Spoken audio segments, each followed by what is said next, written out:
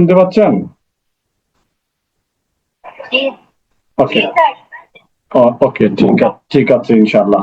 তো আশা করছি আপনারা আপনাদের মতো করে দেওয়ানি কার্যবিধিটা আমরা যা যা বলেছি সেটা করেছেন।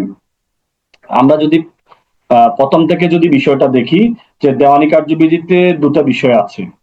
সেটা কি? একটা হচ্ছে হলো আপনার আহ, ধারা, আর রয়েছে কিছু আদেশ, কিছু বিধি। এই তিনটা সমন্বয়ে হচ্ছে হলো আমাদের এই যে দেওয়ানি কার্যবিধি। তো আমরা যদি ধারাগুলো যদি জানি, তাহলে এখান থেকে আমরা 10 পাওয়া সম্ভব, আর যদি বিধিগুলো বা আদেশগুলো যদি জানি, ওখান থেকে 10 পাওয়া সম্ভব। তো ওই দৃষ্টিকোণ থেকে আমরা কমন কমন যে ধারাগুলো আছে সেগুলো নিয়ে আমরা আলোচনা করেছিলাম আমাদের ধারা 2 এর কিছু সংজ্ঞা আছে, ওই বিষয়গুলো আমরা একটু দেখব। হ্যাঁ, যেমন 2 এর ডিক্রি। ডিক্রি কি জিনিস এটা আমরা জানি।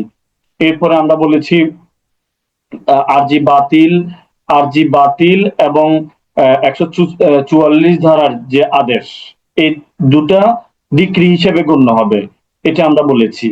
এরপরে হলো আপিলযোগ্য আদেশের মতো মানে আপিল করা যায় এমন সিদ্ধান্ত, এগুলো ডিক্রি হবে না। এবং যে কোনো নির্দেশ পালনের ব্যর্থতার জন্য কোনো খারিজ আদেশ, তাহলে কোনো নির্দেশ পালনের ব্যর্থতার জন্য কোনো খারিজ আদেশ, এগুলো কি হবে না, তবে ডিক্রি হিসেবে গণ্য হবে না।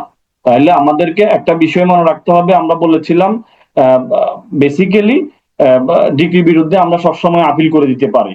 আর আর কিছু কিছু ক্ষেত্রে আমরা আদেশের বিরুদ্ধে আমরা রিভিশন করি। কিন্তু কিছু কিছু আদেশ আছে এগুলোর বিরুদ্ধে আমরা আপিল করতে পারবো, আইন আমাদেরকে বলে দিয়েছে। এগুলো আমাদেরকে একটু জানতে হবে প্রথম অবস্থায়। এরপরে আমরা 8, 9, 10 একসাথে মনে রাখার জন্য আমরা বলেছিলাম জাজ, জাজমেন্ট, জাজমেন্ট ডেটর। এগুলো আমরা জানি, জাজমেন্ট বিচারক, জাজ বিচারক, জাজমেন্ট রায়, তারপরে জাজমেন্ট ডেটর দায়ী, এগুলো একটু পড়তে হবে। এরপরে 2.11-তে হলো বৈধ প্রতিনিধি কারা, যারা লিগাল রিপ্রেজেন্টেটিভ, যারা মামলার পরবর্তী যে ওই সম্পত্তির যে দাবিদার হবে উনি হলো লিগাল রিপ্রেজেন্টেটিভ বা বৈধ প্রতিনিধি। এরপরে বলেছি গুরুত্বপূর্ণ মিন প্রফিট, এটা লাগবে। ঠিক আছে, অন্তর্বর্তীকালীন মুনাফা, বেআইনি ভাবে কোনো যদি ওই যে টাকা পয়সা পাওয়া যায়, কারো সম্পদ দখল করে, ওটা মিন প্রফিট। ঠিক আছে, নোটটা উল্টান, যাদের কাছে নোট আছে নোটটা মিলান। এরপরে হচ্ছে হলো আমাদেরকে জানতে হবে আদেশ। আমরা নোটটা থেকেই বলতেছি। 2-14-তে আমাদের আদেশের কথা বলা আছে। আদেশ আমাদের এটা খুবই গুরুত্বপূর্ণ। ঠিক আছে, কিছু আছে আপিল যোগ্য আদেশ, আর কিছু আছে আপিল অযোগ্য আদেশ, এগুলো আমরা দেখব। এরপরে হচ্ছে হলো আমরা আহ, এখান থেকে দেখব যে আপনার সিভিল কোর্টস অ্যাক্ট 1887 এর অনুযায়ী 5 প্রকার সিভিল কোর্টস আছে, এটা আমরা দেখেছি। ঠিক আছে, এটা আবার লাস্ট অ্যামেন্ডমেন্ট হয়ে পরিবর্তন আসছে, সেটাও আমরা বলেছি। অ্যাসিস্ট্যান্ট কথাটা এখন আর থাকবে না, অ্যাসিস্ট্যান্ট কথাটা উঠে যাবে, এটা আমরা বলেছি। এরপরে আমরা জেলা জজ আদালতের কি ক্ষমতা আছে এগুলো আমরা জানি। তারপরে হলো অতিরিক্ত জেলা জজের কি ক্ষমতা আছে সেটা আমরা জানি।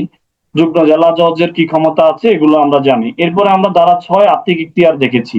দেখেছি না আর্থিক ইখতিয়ার? আমাদের কত টাকার মূল্যমানের কত হলে আমরা কোর্টে মামলা করব, সেগুলো আমরা দেখেছি। আশা করছি এগুলো আপনারা জানেন, ইজি বিষয়। এরপরে আমরা 9 ধারাটা গুরুত্বপূর্ণ বলেছি, এখান থেকে প্রশ্ন আসতে পারে। এখানে দুটো বিষয়ের কথা বলা আছে, একটা হলো প্রপার্টি, আর একটা হলো অফিসার বা office, right to office, right two property. এই দুটা জিনিস, সম্পত্তির অধিকার, পদের অধিকার, এবং বলছে যে নিষেধ না থাকলে সব ধরনের আপনার দেওয়ানি আদালত বিচার করতে পারে, নিষেধ না থাকলে। এটা গুরুত্বপূর্ণ, এখান থেকে প্রশ্ন আসতে পারে। 10 ধারাটা একটু দেখলেন, রেস সাব জুডিস, এটা দেখতে পারেন, যে মামলা স্থগিত থাকার বিষয়টা, এটা জানেন। বুঝেন কিনা, না বুঝলে আমাকে নক দিবেন, যেটা আমি বুঝতেছি না, এগুলো আমরা আগে পড়িয়েছি। এগুলো গুরুত্বপূর্ণ, সত্যগুলো দেখে নিবেন, একবার পড়ে গেলেই হলো। এগুলো এখন রিটার্নের জন্য পুরোপুরি কিছু সত্য লিখতে হবে, বাট আপনারা এখানে বুঝলেই হলো। আশা করি এগুলাতে তেমন একটা কঠিনের কিছুই নাই, আমরা উদাহরণ সহকারে বিষয়গুলো বলেছি। এরপর রেয়ার জুডিকাটা, এটাও জানেন, একবার নিষ্পত্তি হয়ে গেছে একটা মামলা, পরবর্তীতে আর একই পক্ষ, হ্যাঁ একই বিষয়, তারপরে হচ্ছে এই এগুলো নিয়ে একই প্রতিকার নিয়ে আমরা সেকেন্ড টাইম মামলা করতে পারবেন না। এগুলো আদার্স আরো বিভিন্ন আইনীয় বিষয়গুলো বলা আছে। এরপরে হচ্ছে আমরা চলে যাব হচ্ছে 15 ধারাতে চলে যাব, এটা গুরুত্বপূর্ণ। বলতেছে যে সর্বনিম্ন আদালতে আপনাকে মামলা দায়ের করতে হবে। এরপরে 16 ধারা দেখবো আমরা, বলতেছে বিষয়বস্তু যেখানে মামলা হবে সেখানে, অর্থাৎ ঘটনা যেখানে ঘটবে, স্থাবর সম্পত্তি বলেন আর সম্পত্তি, স্থাবর সম্পত্তি বাটোয়ারার মোকদ্দমা বলেন, যেখানে সম্পত্তিটা অবস্থিত সেখানে মামলা হবে, কথা এতটুকুই, আর কিচ্ছু জানার দরকার নাই। 17তে বলতেছে যে যদি বিভিন্ন আদালতের ইখতিয়ারের মধ্যে থাকে, দুই জায়গায় আছে, এক জায়গায় মামলা করবেন, কোনো অসুবিধা নাই, মামলা করা যাবে। এরপরে হচ্ছে হলো অনিশ্চিত, বুঝতে পারতেছেন না, বিভিন্ন কারণে, নদী ভাঙনের কারণে বা সীমানা বিনিষ্ট হওয়ার কারণে বোঝা যাচ্ছে না সেটা কোন আদালতের মধ্যে পড়েছে, এটা কি চট্টগ্রাম নাকি এটা ফেনী নাকি খাগড়াছড়ি বা এদিকে বা আদার্স কোনো কোর্ট। তো যেভাবেই যদি পাশাপাশি এরকম জেলা থাকলে, অনিশ্চিত থাকলে একটা জায়গাতে করে দেওয়া যাবে, অসুবিধা নাই, মামলা করা যাবে। এরপরে বলতেছে যে আমরা তো এখন 16, 17, 18 এই বিষয়গুলো দেখলাম। এবার আসেন হলো কোনো পার্সন বা অস্থাবর সম্পত্তি এগুলার বা ক্ষতিপূরণের মামলা আপনি কোথায় করবেন, সে বিষয়গুলো এখানে বলা আছে। এগুলো বিশেষ করে ঘটনা যেখানে এই মানে ব্যক্তি বা অস্থাবর সম্পত্তির বিষয়গুলো সেখানে হবে, অথবা বিশেষে বলতেছে যে বিবাদী যেখানে বসবাস করে ওখানেও, বা কারণ যেখানে উদ্ভব হয় সেখানে মামলাটা করা যাবে। এই বিষয়গুলো আপনাদেরকে জানতে হবে। এটা হলো 19-20 গেল। এরপরে 21-এ বলতেছে যে কি, 21-এ হচ্ছে হলো আপনার ইখতিয়ার নিয়ে যদি কোনো আপত্তি হয় আপনাদের, যে মামলাটা দায়েরের সংক্রান্ত এখতিয়ার নিয়ে যদি কোনো সমস্যা হয়, তাইলে বলতেছে যে এখানে প্রথম সম্ভাব্য সুযোগ অথবা তার পূর্বে এটা উত্থাপন করতে হবে, এটাই বলতেছে। এগুলো ইজি কথাবার্তা। আশা করছি আপনারা তো রাত দিন এখন পড়াশোনা করছেন, দুনিয়ার সব কাজকর্ম বাদ, এখন আপনাদের সামনে সব বাদ, শুধুমাত্র এখন এই যা কয়টা দিন আছে, এই কয়টা দিন আপনারা বার কাউন্সিলের ভালো একটা সাউন্ড প্রিপারেশন নিবেন, না হলে হবে না। এরপর আমরা মামলা স্থানান্তরের বিষয়গুলো আমরা দেখেছি।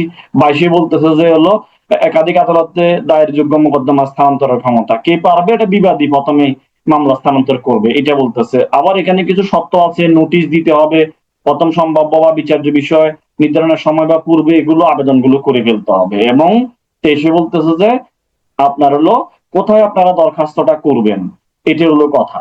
এই কি একই জেলার মধ্যে হলে তো ওই জেলা জজের কাছে করবেন, আর ভিন্ন জেলা হলে হাইকোর্টে করবেন, এই কথাটা 23-এ বলা আছে।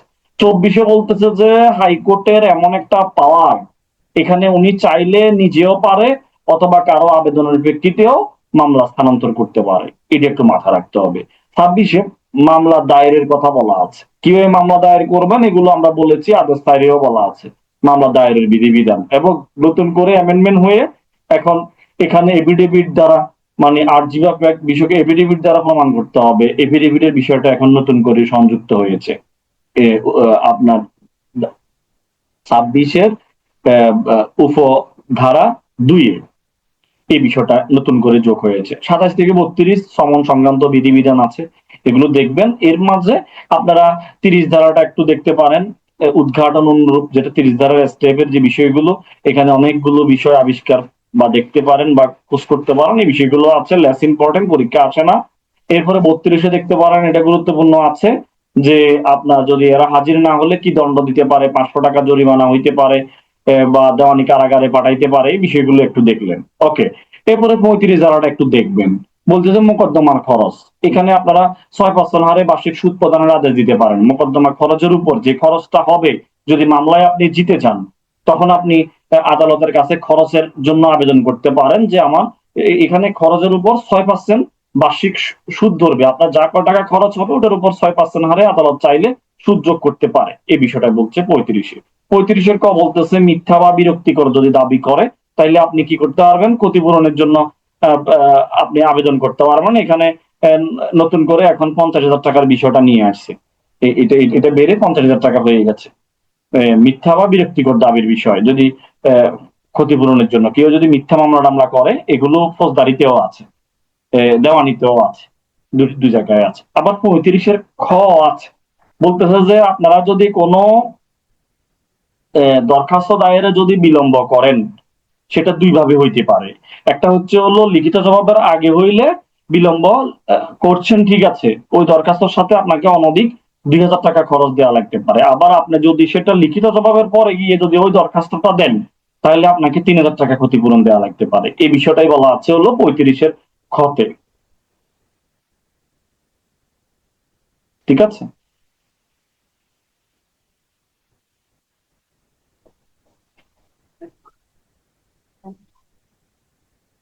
আমাকে কি শোনা যায়? আমার এখানে কারেন্ট চলে গেছে। লাগবে না, যাও।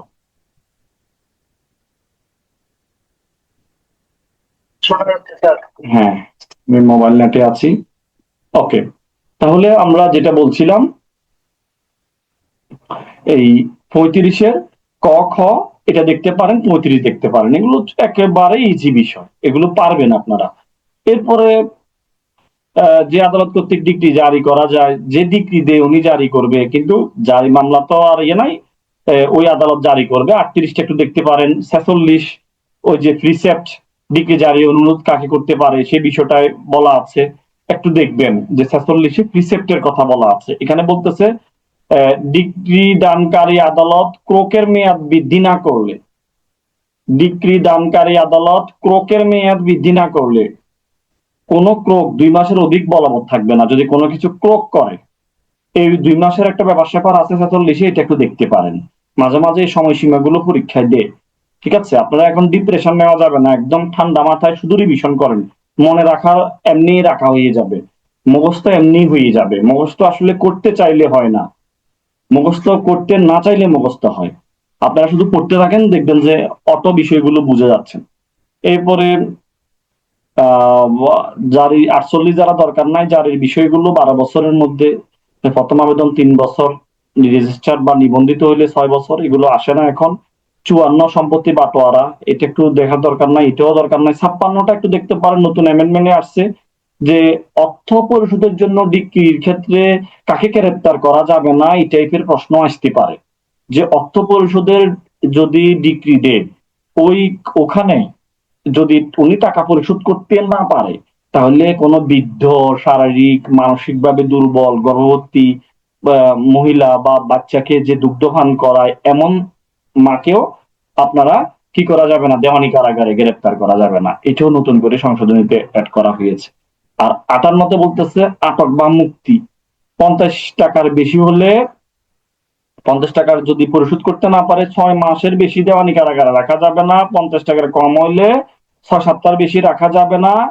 আবার বলতেছে যে ডিগ্রি জারিতে ডিগ্রি দায়ে আটক থেকে মুক্তি পেয়েছেন তাকে আবার পুনরায় গ্রেপ্তারও করা যাবে না। একবার আটক থেকে দায়িক, যদি ডিগ্রি দায়িক জাজমেন্ট ডেটর উনি যদি একেবারে যদি মুক্তি পেয়ে যায়, তাইলে পরবর্তীতে আর আহ, তাকে গ্রেপ্তার করা যাবে না।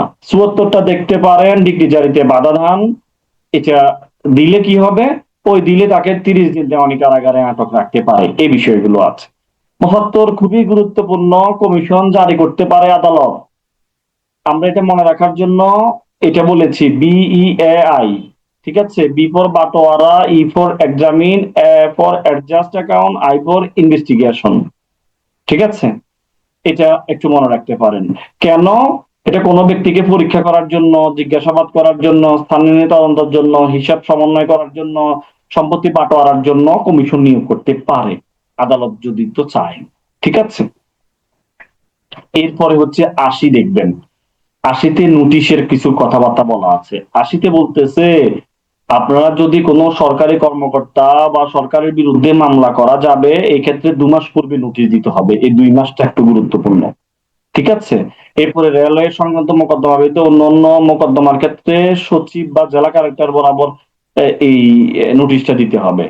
আর রেলওয়ে সংক্রান্ত মামলায় রেলওয়ে ম্যানেজারের বরাবর দিতে হবে। ওকে, এরপরে আমরা চলে যাব হচ্ছে হলো, এখানে আরেকটা বিষয় মনে রাখতে হবে, যদি নোটিশ না দেন তাহলে ওনাকে লিখিত জবাব দেওয়ার জন্য 3 মাস সময় দিতে হবে, এইটুকু মাথায় রাখতে হবে। সরকারি কর্মচারীর নামে কোনো মামলা হইলে ওনাকে নোটিশ না দেওয়া হইলে 2 মাস আগে উনি লিখিত জবাব দাখিলের জন্য 3 মাস সময় পাবে। এটা জরুরি। এই সময়, মাস, সময়, এগুলো নিয়ে প্রশ্ন আসতে পারে, এগুলো একটু জানবেন। এরপরে ইন্টারপ্লিডার শুট, এটা আপনারা জানেন, স্বার্থবিহীন মোকদ্দমা। একটা পণ্য নিয়ে, একটা জিনিস নিয়ে যদি একাধিক ব্যক্তি দাবি করে, ওইটাকে বুঝিয়ে দেওয়ার জন্য যে মামলা হয়, এগুলাকে ইন্টারপ্লিডার মামলা বলে। ঠিক আছে, এরপরে হলো আমাদের জন্য গুরুত্বপূর্ণ আহ, বিকল্প বিরোধ নিষ্পত্তি, এডিআর এর বিষয়টা কখন বাধ্যতামূলক করা হয়েছে, 2012 সালে, সেটা আপনাদেরকে একটু জানতে হবে। এই যে মধ্যস্থতার প্রসিডিউর গুলা কি, এগুলো আমাদেরকে একটু জানতে হবে, ঠিক আছে? তো এই এখন আবার 2012 পরে মেবি 2017 মেবি লিগ্যাল এইড এর বিষয়টাও নিয়ে আসছে, যে লিগ্যাল এইড অফিসারের নিকট পাঠাতে হবে এডিআর করার জন্য, এটা একটা বিষয় আছে।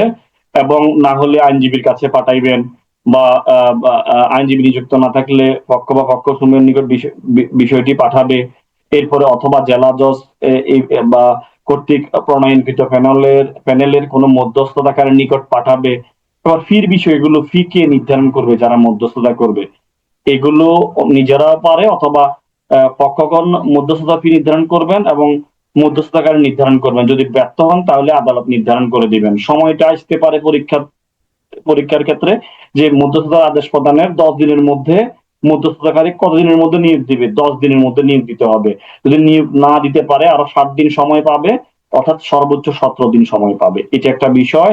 এবার এটা মীমাংসা করবেন কতদিনের মধ্যে? 60 দিনের মধ্যে। যদি তাও না পারা যায় আরো 30 দিন বাড়িয়ে 90 দিন, সর্বোচ্চ 90 দিন। এগুলো বুঝে শুনে আপনারা বৃত্ত ভরাট করবেন, উত্তেজনা নিয়ে দ্রুত ভরাট করে ফেলবেন না, বুঝে শুনে কি বলতেছে, সর্বোচ্চ বলছে নাকি সর্বনিম্নটা বলছে, এটা এটা দেখে শুনে আপনারা বৃত্ত ভরাট করবেন, ঠিক আছে?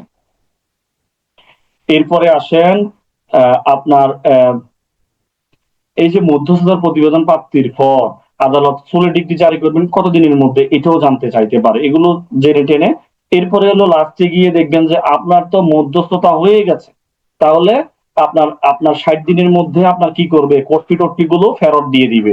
এই বিষয়গুলো একটু মাথায় রাখতে হবে। আরেকটা বিষয় মাথায় রাখতে হবে, যদি উনি মধ্যস্থতা করতে না পারে তাহলে উনি আর ওই মামলাটা দেখবেন না, অন্য আদালতে পাঠিয়ে দিবেন, অন্য জাজের কাছে পাঠিয়ে দিবেন, অন্য কোর্টে পাঠিয়ে দিবেন, উনি আর নিজে মামলাটা শুনবেন না। এই একটা বিষয় আছে। এরপর 89 গতে আপিলে মধ্যস্থতার কথা বলা আছে। আমরা আর এদিকে গুরুত্বপূর্ণ নাই, আমরা 96 দেখবো। 96 বলতেছে মূল ডিগ্রি হতে আপিল, এটা গুরুত্বপূর্ণ। এই ধারাটা থেকে প্রশ্ন আসতে পারে, কোন কোন ডিগ্রি থেকে আপিল করা যায়, এটা খুবই গুরুত্বপূর্ণ। মানে আদি ইখতিয়ার প্রয়োগকারী আদালত কর্তৃক প্রদত্ত প্রত্যেক ডিগ্রি হতে আপিল শ্রবণের ক্ষমতা সম্পন্ন আদালতে আপিল দায়ের করা যাবে। এখন যেমন একতরফা মূল ডিগ্রির বিরুদ্ধে আপিল দায়ের করা যাবে। যদি কেউ একতরফা ডিগ্রি হয়ে যায়, আমরা বলছিলাম না আমাদের আদেশ পড়ানোর সময় আমরা বিভিন্ন জায়গায় দেখেছি একতরফা হয়ে যেতে পারে, হ্যাঁ, বিবাদী না থাকলে। এই যে একতরফা ডিগ্রির বিরুদ্ধে আপিল দায়ের করা যাবে। পক্ষগণের আবার সম্মতিতে কোনো ডিগ্রি দান করলে তার বিরুদ্ধে আবার আপিল চলবে না, ঠিক আছে? এই বিষয়গুলো মাথায় রাখতে হবে। এরপরে হলো যে ডিগ্রির বিরুদ্ধে আপিল চলে, যেটা বললাম যে মূল এখতিয়ার সম্পূর্ণ কোনো আদালতের ডিগ্রির বিরুদ্ধে আপিল চলবে, এবং একতরফা মূল ডিগ্রির বিরুদ্ধে আপনার আপিল চলবে। আর আপিল চলে না কোথায়? ওই যে সম্মতি, দুজনের সম্মতিতে কোনো ডিগ্রি দান করলে এখানে আপিল চলবে না, ঠিক আছে? এরপরে হচ্ছে হলো আপনি 5 কোটি টাকার কম হলে জেলা জজে আপনি আপিল করতে পারবেন, আর 5 কোটি টাকার বেশি হলে যে আদালতেই দেন তাইলে সরাসরি হাইকোর্টে চলে যেতে হবে। এই বিষয়গুলো জানাটা জরুরি, মাঝে মাঝে এগুলো প্রশ্ন আসতে পারে। 97 ধারাটা একটু দেখতে পারেন। প্রাথমিক ডিগ্রি হতে বলতেছে যে আপনার 2টা ডিগ্রি দেওয়া হয়, মাঝে মাঝে প্রাথমিক ডিগ্রিও দেওয়া হয়। এখন ওই ডিগ্রির বিরুদ্ধে আপনার কোনো কমপ্লেন নেই, আপনি চূড়ান্ত ডিগ্রি পেয়ে গেছেন, তখন আর প্রাথমিক ডিগ্রি নিয়ে আপনি কোনো কমপ্লেন দিতে পারবেন না, এটা একটু মাথায় রাখতে হবে, ঠিক আছে? এরপরে হলো খুবই গুরুত্বপূর্ণ, আদেশ থেকে কিভাবে আপিল করা যায়। যে আমরা 104 দেখতে পাই যে সকল আদেশ হতে আপিল করা যায়। আদেশ থেকে আপিলের বিধান সরাসরি বলা আছে আদেশ 43 বিধি 1-এ, ওখানে 25টি আপিল যোগ্য আদেশ আছে। ওইগুলো থেকে আপনারা আপিল করতে পারবেন, এই আদেশগুলো থেকে আপিল। আমরা তো আগেই বলেছিলাম বেসিক্যালি আদেশ থেকে আমরা রিভিশন করে ফেলি, বাট এখানে আইনে বলে দিয়েছে এগুলো থেকে আমাদেরকে আপিল করা যাবে, আমরা আপিল করব। এই যে 43-এর 1-এ 25টা আপিলযোগ্য আদেশ আছে, ওগুলো করবে। এরপরে আমরা 35-এর ক ধারায়, এই যে আমরা একটু আগে বললাম না 35-এর ক, মিথ্যা কেউ মামলা টামলা করলে ওই ক্ষেত্রে যে আদেশটা দিয়েছে ওটার বিরুদ্ধে আপিল করা যাবে। আমরা 95-তে যদি কেউ মিথ্যাভাবে কোনো নিষেধাজ্ঞা নিয়ে নেন, হ্যাঁ, বা কোনো একটা যদি সুবিধা নিয়ে নেয় 95-তে অপর্যাপ্ত ভাবে কোনো একটা সুবিধা পায়, ওই ক্ষেত্রে গিয়ে 95 যে আদেশটা আছে ওটার বিরুদ্ধে আপনারা ওই আদেশের বিরুদ্ধে আপিল করতে পারবেন। এবং যত জায়গাতে আপনারা জরিমানা হবে, গ্রেপ্তার হবে, মাইন্ডি যে খুবই গুরুত্বপূর্ণ কথাবার্তা, যত জায়গাতে জরিমানা বা গ্রেপ্তার হবে ওই জায়গাগুলোতে আপনারা আপিল করতে পারবেন। তবে ডিক্রি জারি করার সময় কাউকে আটক করলে ওইটা ছাড়া, দেওয়ানি কারাগারে আটকের ওই বিষয়টা ছাড়া অন্য অন্য ক্ষেত্রে আপনারা আপিল করতে পারবেন, ওইভাবে আদেশ দিলেও এগুলাতে আপিল করা যাবে। এই হলো কাহিনী, ঠিক আছে। আরেকটা গুরুত্বপূর্ণ ধারা হচ্ছে 107। 107-এর সাথে আমরা বলেছিলাম আমাদের 41 আদেশের 23, 25, 23, 24, 25, 27 বিধি 41 আদেশের ওইগুলোর সাথে 107-এর একটা মিল আছে। বাসায় গিয়ে দেখবেন, বাসায় বই খুলে দেখবেন, এই বিষয়গুলো একটু দেখবেন। তাহলে কি বলতেছে, এই যে 107-এর কিছু আপিল আদালতের ক্ষমতা আছে, আপিল আদালতের ক্ষমতা আর হলো নিম্ন আদালত, যে আপনি মামলাটা মূল মামলা যেখানে দায়ের করেছেন ওনার ক্ষমতার মাঝে কোনো বেশ কম নাই, সেম ক্ষমতা উনি প্রয়োগ করতে পারে। উনি চাইলে চূড়ান্ত ভাবে নিষ্পত্তি করতে পারে, উনি মোকদ্দমাটা পূর্ণ বিচারে আবার তার কাছে পাঠাইতে পারে, কার কাছে, যে নিম্ন আদালতে পাঠাইতে পারে, বিচার্য বিষয় গঠন করতে পারে, অতিরিক্ত সাক্ষ্য প্রমাণ নিতে পারে, এগুলো তার পাওয়ার আছে, ঠিক আছে। এরপরে হচ্ছে হলো আচ্ছা, এরপরে হচ্ছে হলো আমরা দেখবো ইয়েটা দেখি 113 রেফারেন্সের বিষয় বলা আছে, এতটুকু জানলেই হবে। হাইকোর্ট অভিমতের জন্য হাইকোর্ট বিভাগের রেফারেন্স যেটা চাওয়া হয়। 114 রিভিউ, এটা একটু গুরুত্বপূর্ণ আছে। রিভিউ তো বুঝেন, সেম আদালতে মামলাটা আবার রিপিট করার জন্য বলে, ভুল ত্রুটি হইলে আবার সেম আদালতে রিভিউ করতে পারে, ঠিক আছে। এই হলো কথাবার্তা। এরপরে আসেন আমরা রিভিশন। রিভিশনের বিষয়টাতে আমরা একদম বোল্ড করে নোটের মধ্যে দিয়ে দিয়েছি, কি দিয়ে দিয়েছি দেখেন, জেলা জজ, অতিরিক্ত জেলা জজ, জেলা জজ এবং অতিরিক্ত জেলা জজ, ওনারা আদেশ দেয়ক, ডিক্রি দেয়ক, ওনাদের বস কে, কে বলতে পারবেন?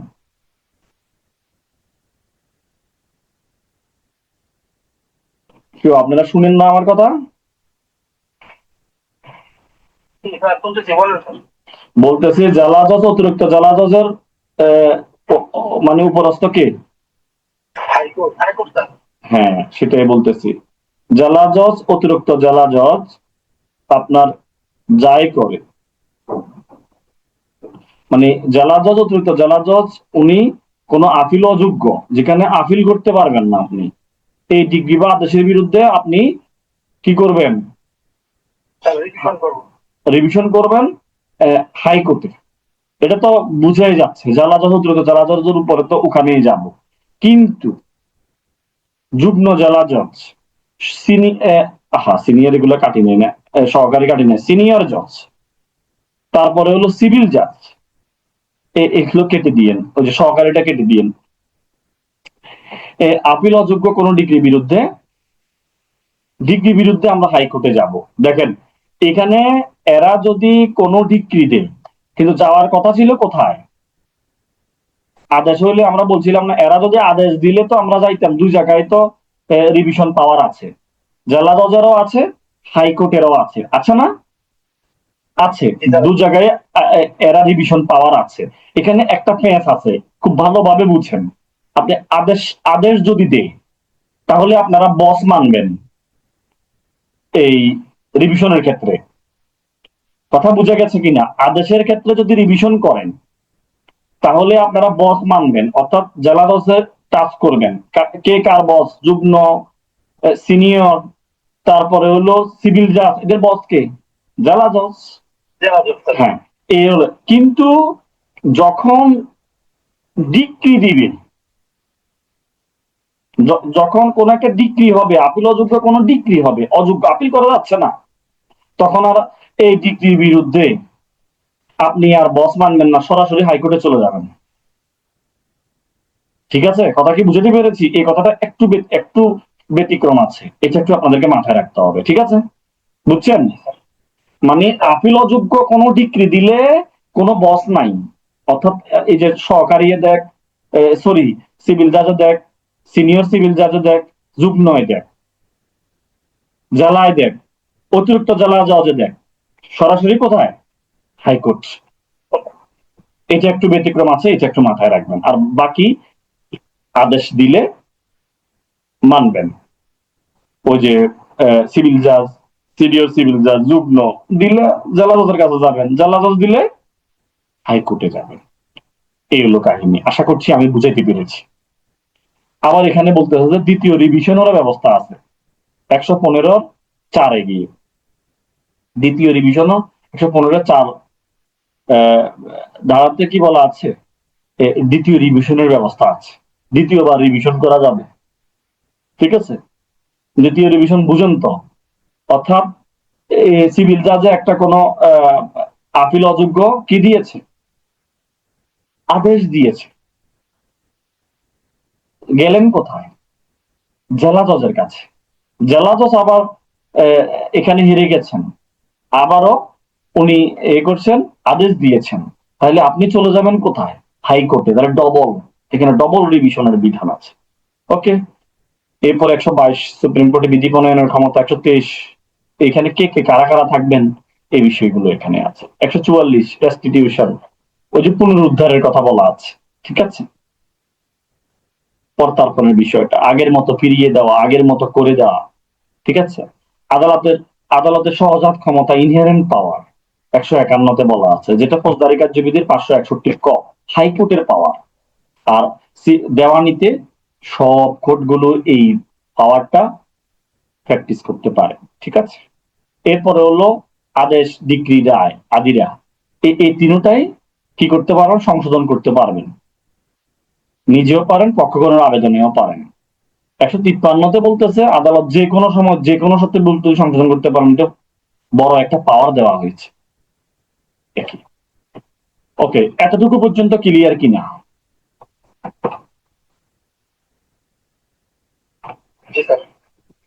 এই কয়টা ধারা বুঝছেন, বেশি একটা না, এই কটা একটা ধারা দেখেন। এরপরে আমরা একটু প্রসিডিউর গুলো দেখি।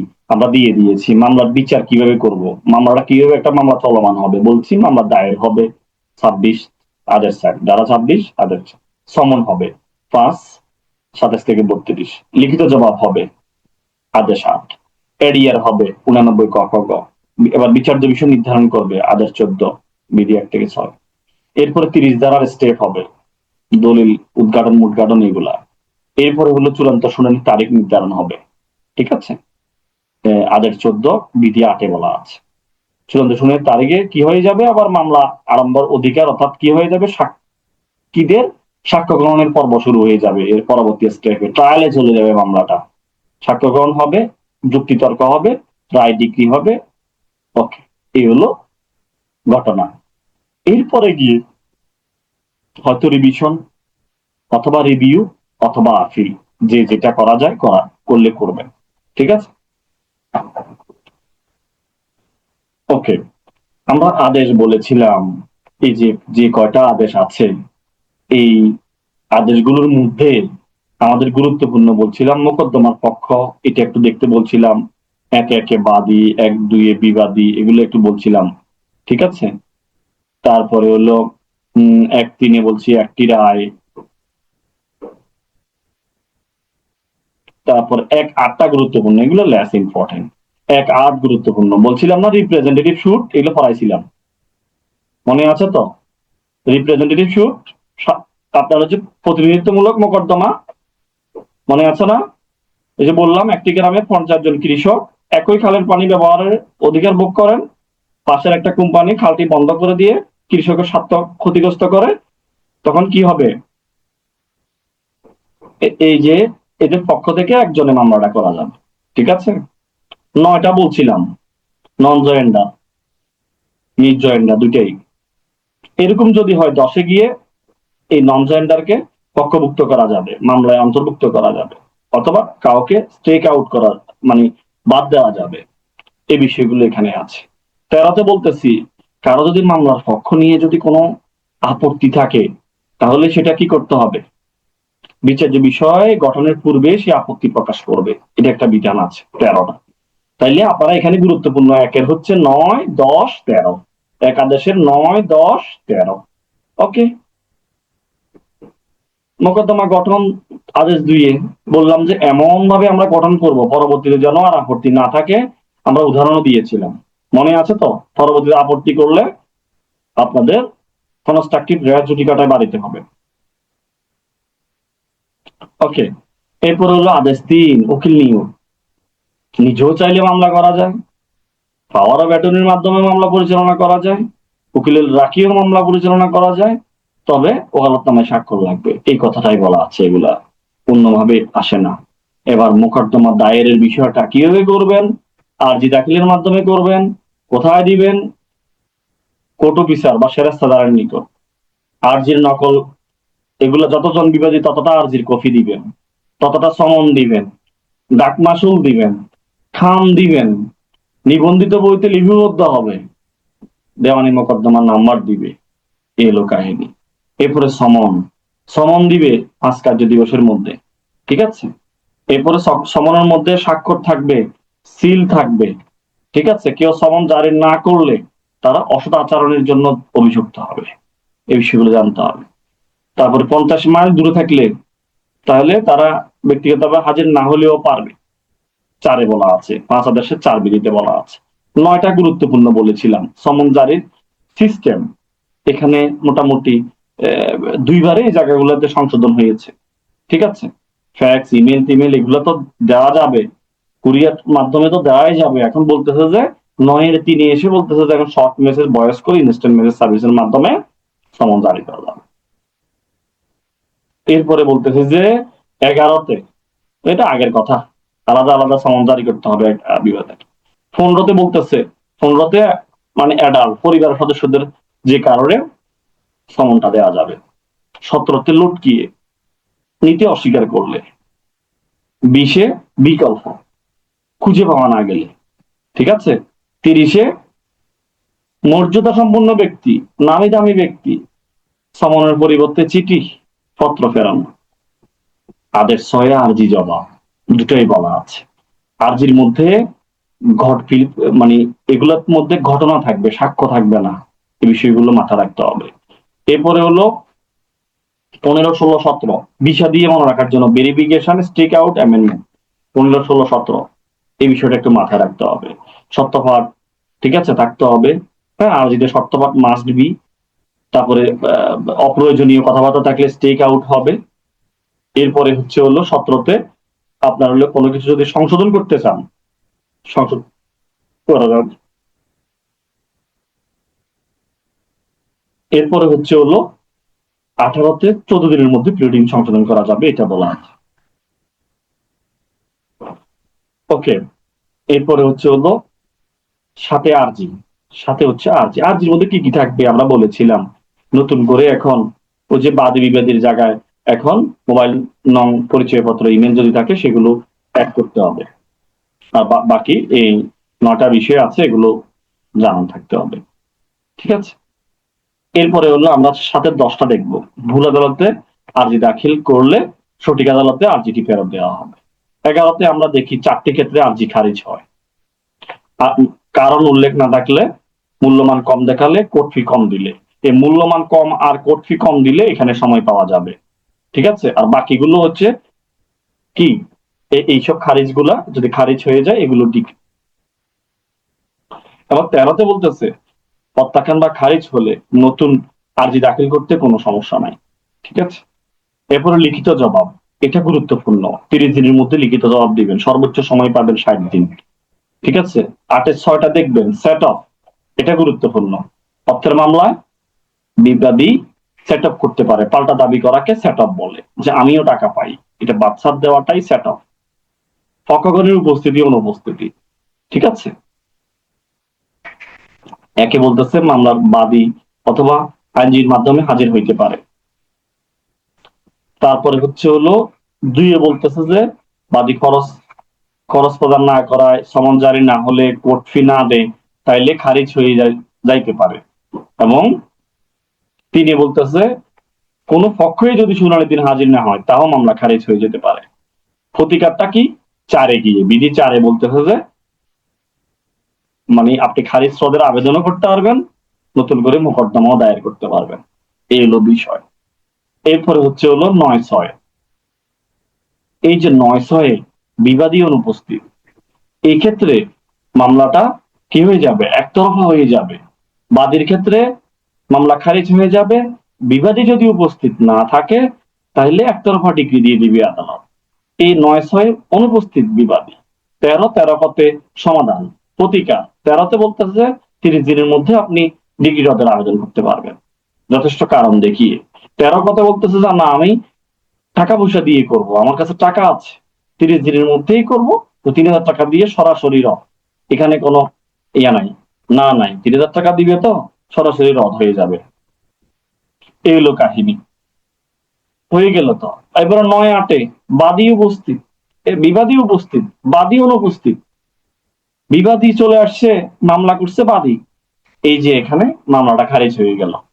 9-8 যদি এরকম ঘটনা ঘটে, 9 গতে প্রতিকার সেম ভাবে এখানেও 30 দিন মধ্যে উনি আবেদন করতে পারবে 9-9, আর 9 গতে সরাসরি উনি 1000 টাকা দিয়ে আপনার মামলা খারিজ রদের আবেদন করতে পারবে, এই হলো কাহিনী।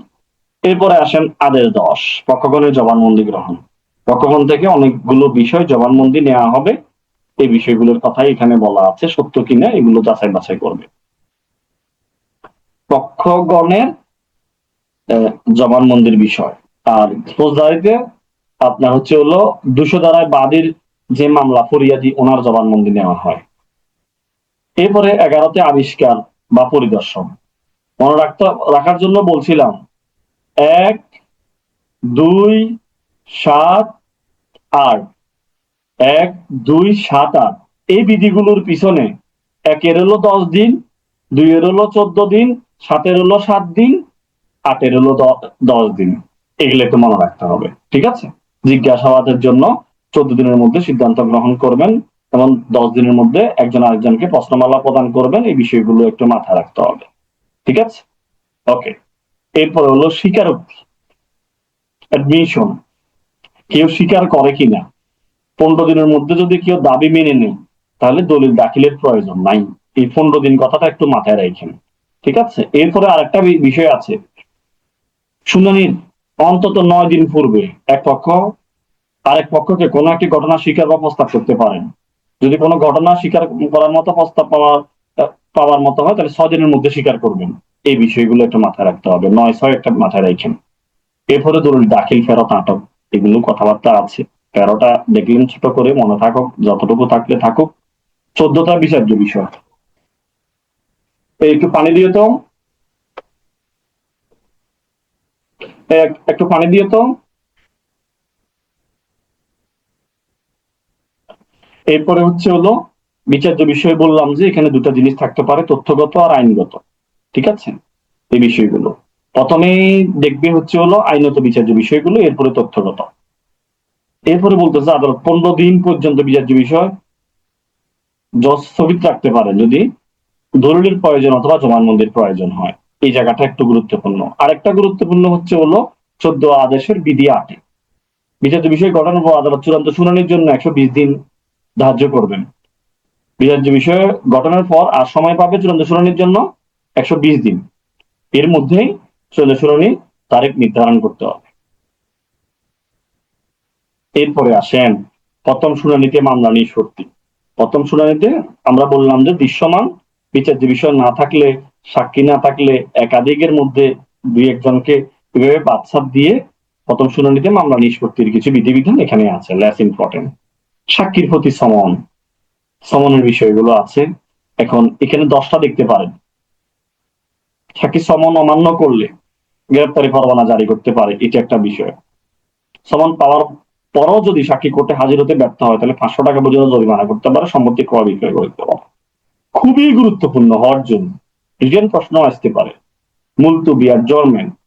এই যে এখানে যেটা বিষয়টা বলা আছে, এখানে দুটো স্টেপে মুলতবি বিধিবিধান আছে, নির্দেশনা আছে।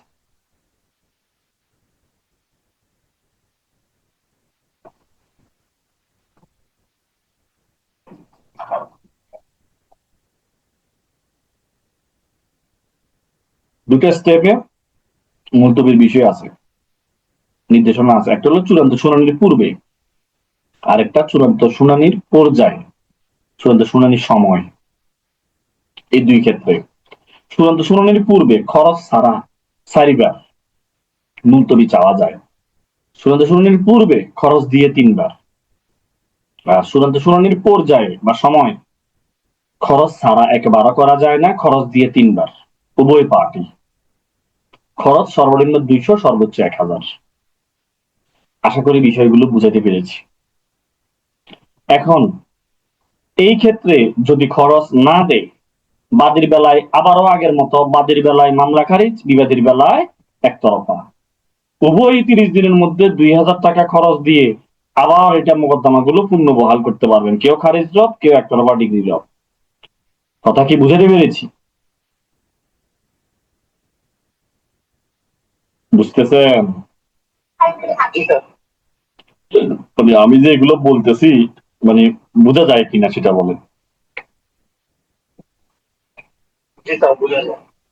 আজকে চেষ্টা করবো অন্তত রেকর্ডিংটা দিয়ে দেওয়ার জন্য, ঠিক আছে, আপনাদেরকে, যেন আবার শুনতে পারেন আমি কি বলছি। এখানে পুরো ক্লাস কিন্তু রিভিশন হচ্ছে। এরপরে সাক্ষীর জবানবন্দি গ্রহণ 18তে বলা আছে। এখানে আমাদের সব দরকার নাই, আমরা শুধু দেখব 18-19, এটা আমরা দেখব। চূড়ান্ত শুনানি ধার্য হওয়ার 120 কার্য দিবসের মধ্যে মামলা শেষ করতে হবে, মামলার কাজ শেষ করতে হবে। যদিও হয় না, এটা একটা গুরুত্বপূর্ণ। 19-20 করা যাবে না, এরকম একটা নির্দেশনা আছে যে চূড়ান্ত শুনানি ধার্য হওয়ার 120 দিনের মধ্যে এটা মামলা শেষ করতে হবে বলে একটা ফোর্স করা আছে এখানে। 20-এ বলতেছে যে হ্যাঁ,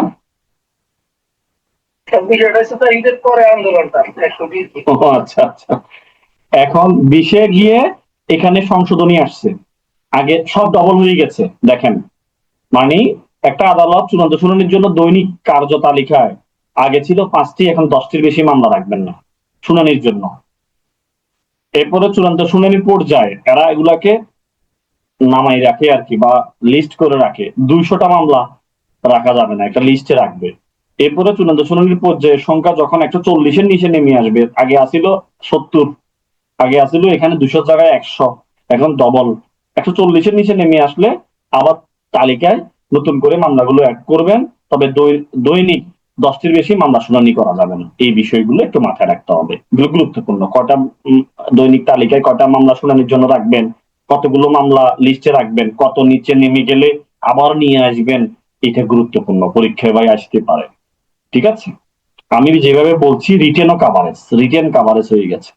টোটাল নোট এটা ফলো করলে ম্যাক্সিমাম রিটেনেরও গল্প শেষ।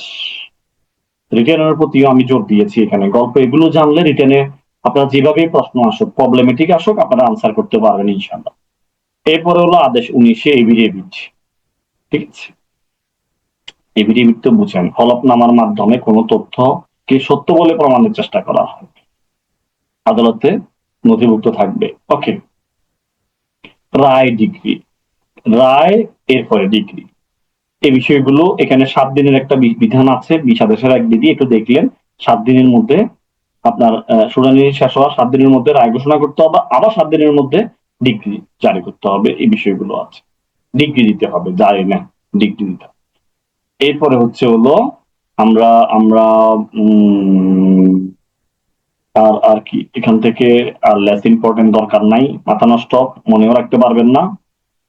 21 আদেশে ডিগ্রি জারির বিষয়গুলো থেকে এখন নতুন করে 30 সংযোজন হয়েছে। এটা তো রয়ে গেছে। 6 মাস আটক বা পরিশোধের সময় যেটি আগে হয় এটা করতে পারে। জাজমেন্ট ডেটর আটকের পর ব্যয়ভার বহন করবে এখন সরকার। এই বিষয়গুলো আসছে, সংশোধন হয়েছে, 30 কটা ছিল না আগে। এরপরে এরপরে এরপরে অর্থের মামলাটা আমরা কিছুটা সংশোধনী আসছে, আমি এটা অ্যাড করি নাই, দরকার নাই ওইভাবে। ঠিক আছে, এরপরে মৃত্যু, বিবাহ, দেউলিয়া, এটা একটু দেখতে পারেন। পক্ষভুক্তকরণের বিষয়গুলো একটু দেখবেন। হ্যাঁ, মৃত্যুর কারণে দেওয়ানি মোকদ্দমা নষ্ট হবে না, বৈধ পদ্ধতিতে মামলা অন্তর্ভুক্ত হবে, এগুলো বলা আছে, একটু দেখলেই হবে, এতটা গুরুত্বপূর্ণ নয়। এরপরে 23 আদেশটা একটু দেখবেন। এখানে বলতেছে প্রত্যাহারের যে বিষয়গুলো, পুনরায় মামলা দায়ের করা যাবে না, আবার মামলা আংশিক প্রত্যাহার করা যায়, একে আংশিক দাবি পরিত্যাগ বলা হয়। 23-এর এক বিধিটা একটু দেখলেন। এবং এটা আপোষ মীমাংসা করা হয়, বা যে আপোষ মীমাংসার ক্ষেত্রে ডিগ্রি দেওয়া হলে তার বিরুদ্ধে আপিল করা যাবে না। তবে এখানে একটা কাহিনী আছে, না, এটাতে আপিল করা যাবে না, এখানে আপিল করা যাবে না। তারপরে হচ্ছে ওই যেটা এডিআর এর মাধ্যমে আপোষ মীমাংসা হলে ওখানে আপিল রিভিশন কিছুই করা যাবে না, আর এখানে আপিল করা যাবে না, এটা বলছি। এরপরে আসেন মোকদ্দমার খরচ দরকার নাই। 26-এ কমিশন যেটা আমরা বলেছিলাম, কিসের জন্য কমিশন, কেন কমিশন, 75 আদেশে এই দাঁড়াতে বলছিলাম কমিশন, এই কমিশন সেটাই। কি জন্য বলতেছে, আদালত নিজ উদ্যোগে কমিশন নিয়োগ করতে পারেন অথবা করবে আবেদনের প্রেক্ষিতে, কারো আবেদনের প্রেক্ষিতে। হ্যাঁ, এটাও ঠিক করে নেই, ভুল বানান, আবেদনের প্রেক্ষিতে কমিশন নিয়োগ করবে। এরপরে হচ্ছে হলো জবানবন্দি গ্রহণের জন্য, স্থানান্তরিত তদন্তের জন্য আগের কথাবার্তাগুলো, এটার জন্য কমিশন নিয়োগ করবে। 26-এর 9টা একটু দেখতে পারেন, স্থানীয় তদন্ত, লোকাল ইনভেস্টিগেশনের জন্য কমিশন, 4টির বিষয়। এই যে অন্তর্বর্তীকালীন বাজার মূল্য নির্ধারণ, মুনাফা নির্ধারণ, ক্ষতিপূরণ, বার্ষিক নিট মুনাফা, এটা রিটেনের জন্য গুরুত্বপূর্ণ, দেখতে পারেন। 26-এর 9টাও গুরুত্বপূর্ণ। আর দরকার নাই, 27 তো লাগবে না, 29 লাগবে না, 30 লাগবে না, 32টা একটু দেখবেন। ওই যে নাবালক বা মানসিক বিকৃত লোকদের মামলা, নেক্সট ফ্রেন্ড বা আসন্ন বন্ধু বলা হয়, ঠিক আছে, এগুলো একটু দেখলেন। ওকে, লেস ইম্পর্টেন্ট, একটু দেখলেই হলো। 33টা একটু দেখলেন, ওই যে পরিধীয় বস্ত্র 5,000 টাকার বিষয়টা মাঝে মাঝে পরীক্ষায় আসে, যে কম মূল্যের সম্পদ থাকলে ওনারা নিঃস্ব, ওনারা কি লাগবে না, কোর্ট ফি লাগবে না, ঠিক আছে। আর সম্পত্তির বিবরণ পাওয়ার পর যদি সে নিঃস্ব না হয় তাহলে মামলা খারিজ হয়ে যাবে। এই বিষয়গুলো আদালত দেখবেন। এটা কি চেঞ্জ করছে না স্যার? 5,000 আছে, 5,000 আছে, চেঞ্জ করো নাই। ইন্টারপ্রিটার মামলা, ওই যে স্বার্থবিহীন মোকদ্দমা, এই বিষয়গুলো এটাই। দুটো বিষয় নিয়ে কারো দাবি দেওয়া থাকলে এগুলো লেস ইম্পর্টেন্ট। 38টা দেখলেন, রায়ের পূর্বে ক্রোক। আমি আমি পুরোপুরি এখানে মোটামুটি রিটেনের প্রশ্ন তুলে দেওয়া হয়েছে এখানে, সে রায়ের পূর্বে ক্রোক বা রায়ের পূর্বে আটক। আমরা যেটা বলছিলাম যে রায়ের পূর্বে আটক, অ্যারেস্ট বিফোর যেটা হয় জাজমেন্ট, রায়ের পূর্বে আটক কেন হয় এটা আমাদেরকে জানতে হবে। একটা হলো এটা বেসিক আর কি, বেসিক কনসেপ্ট, যে বিবাদী আত্মগোপন করছে, বিবাদী আদালতের সীমানা ত্যাগ করছেন, বিবাদী আত্মগোপন বা বিবাদী আদালতের সীমানা ত্যাগ করার উদ্যোগ নিয়েছে, বিবাদী তার সম্পত্তি বা সম্পত্তির কোনো অংশ হস্তান্তর বা আদালতের স্থানীয় ইতিহাস সীমা অপসারণ করছে, এটা হলে আপনার উনি কি করা যাবে, রায়ের পূর্বে আটক করা যাবে। এরপরে একে আমরা যদি একদম একে দেখি, প্রথমে কারণ দর্শানোর নোটিশ দিবেন 38 এক বিধিতে। 38-এর 2-এ বলতেছে যে জামানত দেওয়ার জন্য বলবেন। এরপরে হলো 38-এর 3, আদালত জামিনদার অব্যাহতি দিয়ে নতুন বন্ড সম্পাদনের জন্য আদেশ দিতে পারেন, ঠিক আছে, বলতেছে যে আপনার আগেরটা হবে না, নতুন করে জামিনদার দেন, এটা বলতে পারে, জামানত প্রদানের জন্য বলতে পারে। এরপরে 4-এ বলতেছে এই আদালত রায়ের পূর্বে আটক করতে পারেন যদিও ওই সমস্যাগুলো 2-3-এর, যে আমরা 2-এ বলতেছি জামানত না দিলে, নতুন করে বন্ড সম্পাদন না করলে, এখানে বলতেছে 4-এ কি করতে পারে, আপনার গ্রেফতার করতে পারে। এরপরে আমরা এটা প্রতিকার আমাদের দরকার নাই, এখন থাক। এগুলো আপিলযোগ্য আদেশ, আপিল করা যাবে। ঠিক আছে। এরপরে আসেন রায়ের পূর্বে ক্রোক, এটা 6 থেকে 13 পর্যন্ত বিষয়গুলো আছে। কখন ক্রোক করবে বলতেছে, দেওয়ানি কার্যবিধির 38 আদেশের 6 থেকে 12 বিধি পর্যন্ত রায়ের পূর্বে ক্রোক সম্পর্কে আলোচনা করা হয়েছে। দেওয়ানি মোকদ্দমা চলাকালীন সময়ে বিবাদী পরাজিত হওয়ার আশঙ্কায় যদি কোনো সম্পত্তি বিক্রয় বা হস্তান্তরের উদ্যোগ নেয়, তবে কি বাদী উক্ত সম্পত্তি ক্রোকের জন্য বিচারিক আদালতে রায়ের পূর্বে ক্রোকের আবেদন করতে পারে। তাহলে রায়ের পূর্বে ক্রোক অর্থের মোকদ্দমা ছাড়া অন্য অন্য মোকদ্দমার ক্ষেত্রে প্রযোজ্য হবে, আর অর্থের মোকদ্দমার ক্ষেত্রে হলো গ্রেপ্তার, এটা একটু মাথায় রাখতে হবে। এখন যে সকল ক্ষেত্রে রায়ের পূর্বে ক্রোক করা যায়, ওই যে এখানেও তার সম্পত্তির সমগ্র বা এক অংশ উনি হস্তান্তর করার উদ্যোগ নেয়, তার সম্পত্তির সমগ্র বা এক অংশ আদালতের ইখতিয়ার ভুক্ত সীমানার বাইরে অপসারণের উদ্যোগ নেয়, তাহলে এটা ক্রোক করা যাইতে পারে। পাশে কি বলতেছে, আবার এখানেও বলতেছে বিবাদীকে জামানত দেওয়ার নির্দেশ দিতে পারেন, জামানত। এরপরে হচ্ছে 6 বলতেছে আদালত বিবাদীর সম্পত্তি রায়ের পূর্বে ক্রোক করতে পারেন যদি 38 আদেশের 5 বিধির অধীন জামানত প্রদানে যদি ব্যর্থ হয়।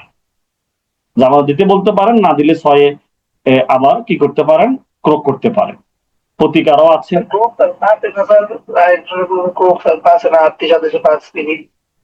পাশে তো বলতেছে বিবাদীকে জামানত দেওয়ার আদেশ দিতে পারেন, বা কেউ জামানত দিবে না মর্মে কারণ দর্শানোর নির্দেশ দিতে পারেন, অথবা সরাসরি ক্রোক করার আদেশও দিতে পারেন। তিনটাই আছে। আবার 6 এসে বলতেছে যে এটা তো পারে, 5-এও পারে। 6 এসে বলতেছে যে যদি উনি কি না দেন, 5 আদেশের উনি জামানত প্রদানে ব্যর্থ হয়, কেন জামানত দিবেন না এই মর্মে কারণ দর্শাতে ব্যর্থ হলে, এখানে তো কারণ দর্শানোর কথা বলা আছে, তাহলে 6 5 হোক 6 হোক দুইটাই একই, যে কোনো পারপাসে দেওয়া যাবে। এটার জন্য আর কি, 5-এর জন্য 6। এখানে যদি প্রশ্ন আসে যে রায়ের পূর্বে কত আদেশে, তাহলে আপনার এরকম যদি ট্রিকি প্রশ্ন হলে 5 আর 6 একসাথে আসে না, হয়তো 5 দিবেন, হলে 6 দিবি, একটা না একটা থাকবে না, টেনশন করার কিছু নাই। এত কঠিন প্রশ্ন হয় না বার কাউন্সিলে। হইলে আপনারা অপশন পাবেন, বুঝে শুনে দিবেন। এখানে কি বলতেছে, জামানত দেওয়ার জন্য নির্দেশ দিতেছে, কারণ দর্শানোর জন্য নির্দেশ দিতেছে। এবার এগুলা যদি ব্যর্থ হইলে ভাঙ্গি বললে তাইলে 6 এটা বলতেছে। আর সরাসরি ক্রোকের আদেশও দিতে পারেন পাশে।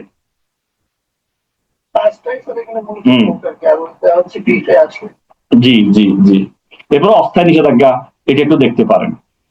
এটাও আপনার হলো ধ্বংস হবে, বিনিষ্ট হবে, হ্যাঁ, হস্তান্তর হবে, এগুলো হইলে নিষেধাজ্ঞা হারে ভুল চাইতে পারে।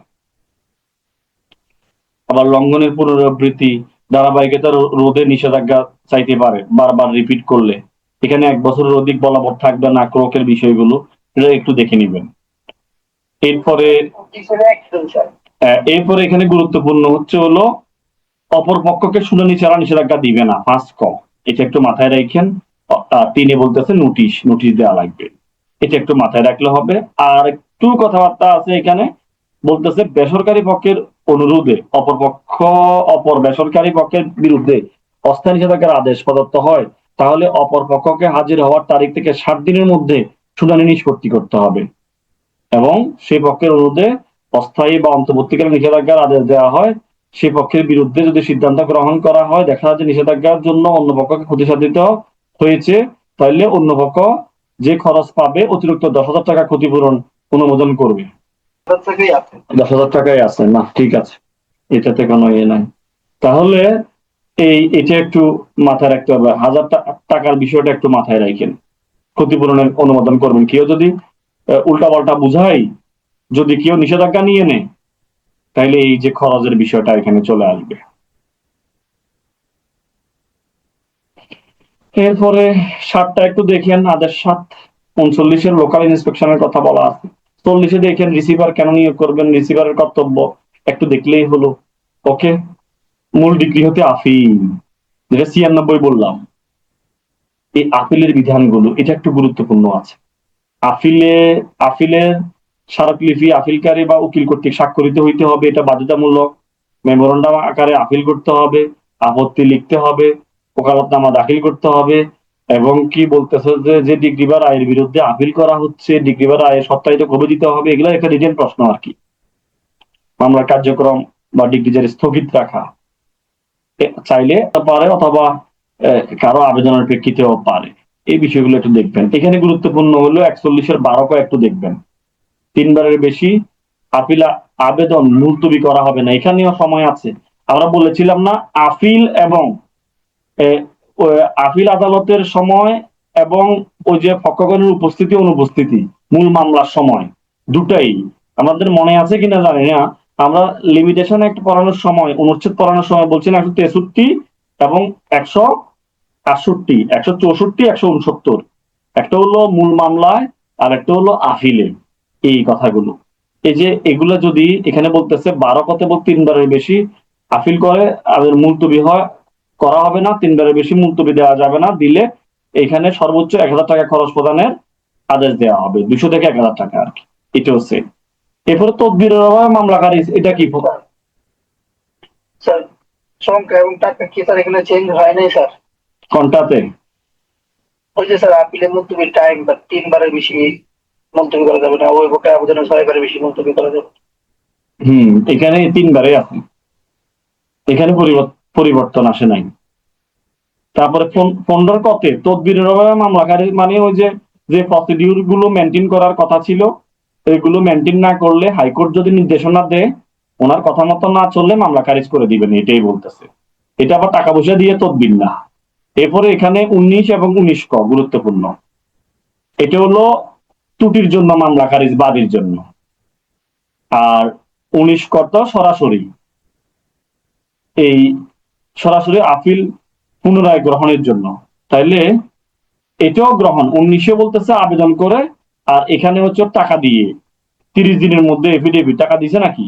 হ্যাঁ না, 19 কতে কি বলা আছে? সত্য থাকে যে গাফিলতির জন্য আগামী 30 দিনের মধ্যে এফিডেভিট সহকারে দাখিল করবেন, পুনরায় গ্রহণ করা যাইবে না। এটা বলতেছে একাধিকবার পুনরায় গ্রহণ করা যাবে না, এটা একটা বিষয় মাথা রাখতে হবে, অর্থাৎ একবার এটা করা যাবে। টাকাটা স্পেসিফিক নাই এখানে, আপনার 19 কতে টাকা স্পেসিফিক নাই এর মতো, ওই 9 কর মতো মূল মামলায়, ঠিক আছে? এখানে টাকা স্পেসিফিক নাই। এরপরে হলো 21 ক, এখানেও আছে। এটা হলো ওই যে একতরফা হয়ে গেলে যেভাবে রদ আবেদন করবেন এই বিষয়টা এখানে আছে। এরপরে আমরা 107 বলছিলাম না, আপিল আদালতের ক্ষমতা, 23, 24, 25, 27 এগুলা, এই 4টা, ওখানে 4টা, এখানে আলাদা আলাদা বিধি, ঠিক আছে? এগুলো মিলাই নিবেন। ওকে, আশা করি আর দরকার নাই। আমি আপিল আদালত আর্জির এই যে এগুলো আদেশ সমূহতে আপিল করা যায়, আর যে আদেশ সমূহতে যেগুলো আপিল করা যায় এগুলো 25টারে আমি এগুলো বিস্তারিত উদাহরণ সহকারে নোট করার চেষ্টা করছি।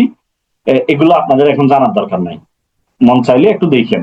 এগুলো আমি সবগুলো 25টা কি জিনিস যেন সহজে বুঝতে পারেন, কোন আদেশ কি টাইপের আদেশ, এগুলো আমি একদম লিখে দিয়েছি, যেগুলো রিটেনের জন্য কাজে লাগবে, ভবিষ্যতের জন্য কাজে লাগবে, এটা দরকার আছে। এগুলো আমাদের এখন দরকার নাই। আর কি, আমাদের এতটুকুই, আমরা এতটুকু জানলেই এই যে কথাগুলো বলেছি এগুলো আমল করতে পারলেই আপনারা অন্তত 15 মার্কস পেয়ে যাবেন দেওয়ানি কার্যবিধিতে। এই ফরাদ ভাই কি অবস্থা? বই করে কেন বইটা স্যার দূর করতে পারলাম না দেখি। হুম, স্যার বইটাই দূর করতে পারলাম না স্যার। সব চলে যাবে, পাস করে ফেলবেন।